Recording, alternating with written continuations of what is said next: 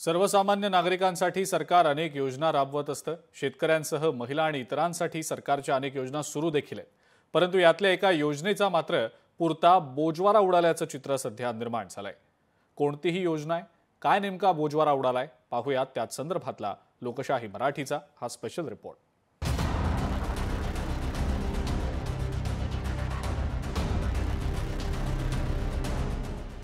महिला आणि बालविकास विभागावर प्रश्नचिन्ह। बालसंगोपन योजनेचा बोजवारा। सेवाभावी संस्थांकडून सरकारच्या पैशावर डल्ला। आई वडिलांचं छत्र हरवलेल्या 18 वयोगटापर्यंतच्या मुलांचं संगोपन व्हावं याकरता महिला आणि बालकल्याण विभागाकडून क्रांतिज्योती सावित्रीबाई फुले बालसंगोपन योजना सुरू करण्यात आली।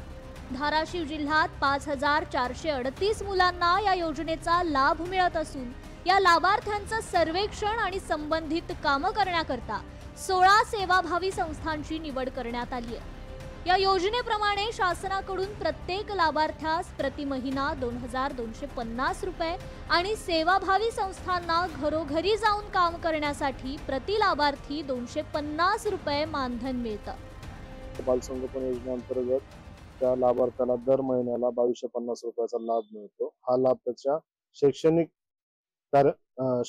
विकासासाठी आहे, म्हणजे शिक्षणासाठी त्याचा फायदा झाला पाहिजे, शैक्षणिक कार्यासाठी त्याला तो खर्च भागवता आला पाहिजे त्या कुटुंबाला। 16 संस्था काम करत आहेत। त्या संस्थेमार्फत प्रत्येकी संस्थेला 200 मुलांचा सर्वे दिलेला आहे। यामध्ये प्रत्येक संस्थेला एका मुलामागे 250 रुपयाचा मानधन दिलेलं आहे।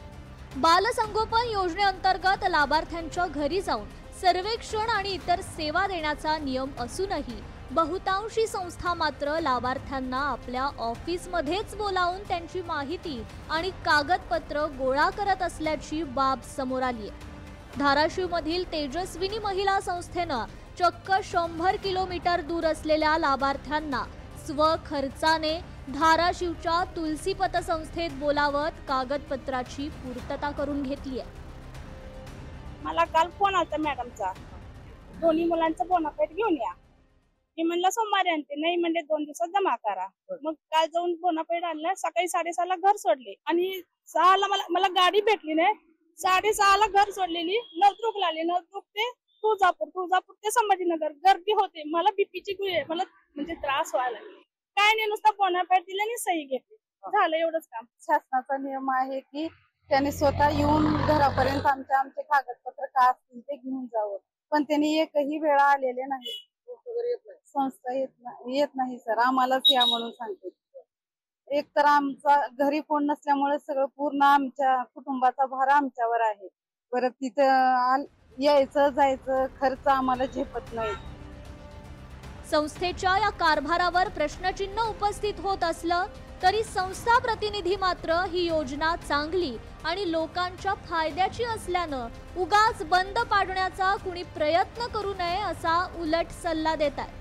आता असं कुठे होत नाही, माझ्या तर कधी मला निदर्शनाला आलेलं नाही किंवा ऐकू पण नाही किंवा मग आमच्याकडे कुठली तक्रार आलेली नाही, तर शक्यतो असं घडत नाही। पण माझं समाजात एक आव्हान आहे, एक चांगली योजना आहे, त्याला काहीतरी आपली मदत देण्याचा आपण प्रयत्न करतोय, शासन देते, पण आपण जर हे सकारात्मक दृष्टीनं जनतेने पण त्याच्याकडे पाहावं की जेणेकरून त्याचा लाभ त्या लोकांना मिळेल।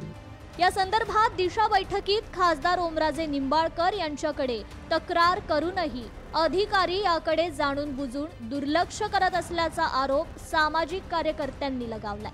तर कोणत्याही संस्थेविषयी तक्रार प्राप्त झाली तर संस्थेवर तातडीनं कारवाई करण्यात येईल असं महिला आणि बालविकास अधिकारी सांगतात। डिबेटच्या मीटिंग मध्ये मी खासदार साहेबांना विनंती केलेली आहे की या संस्थांना घरापर्यंत जाऊन त्यांचं काम करण्याची आपण हे करावं, निर्देश द्यावं, असं खासदार साहेबांना पण विनंती केलेली आहे। तरी शासनाने याच्यावर गांभीर्याने विचार करावा। नाही, असं काहीही नाहीये। त्याच दिवशी समितीमध्ये देखील मी त्यांना जे कोणी व्यक्ती होते या संदर्भात बोलणारे, तर त्यांना मी त्याच वेळेस देखील सांगितलं होतं की जर अशी कुणाची तक्रार असेल तर संबंधित लाभार्थ्याला आमच्यापर्यंत पोहोचवा आणि आमच्याकडे लेखी तक्रार द्यायला सांगा। तर त्याच तक्रारीच्या अनुषंगाने आम्ही त्यांच्यावरती योग्य ती कारवाई करू। या योजनांचा लाभ नागरिकांना सहज घेता यावा यासाठी अधिकाऱ्यांची निवड केली जाते। मात्र योजनेच्या नावाखाली सरकारी पैशांचा मलिदा लाटणाऱ्या कामचुकार संस्थांवर महिला आणि बालविकास विभाग काय कारवाई करणार याकडे आता सर्वांचे लक्ष लागलंय। काकासाहेब कांबळे, लोकशाही मराठी, धाराशिव।